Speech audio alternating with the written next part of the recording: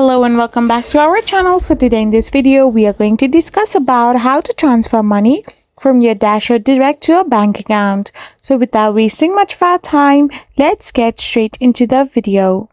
So to transfer money from your DasherDirect to your bank account, you will use the Fast Pay feature within the Dasher app. This allows you to transfer your earnings directly to your debit card account.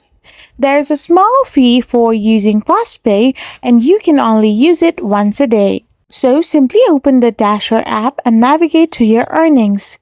Open the app, simply tap on the menu and then select earnings. Now access your payout details by tapping on view payout details. Here you can see your available earnings. Now simply find the cash out with FastPay button and tap it. After this is done, click the transfer button to initiate the transfer to your linked debit card.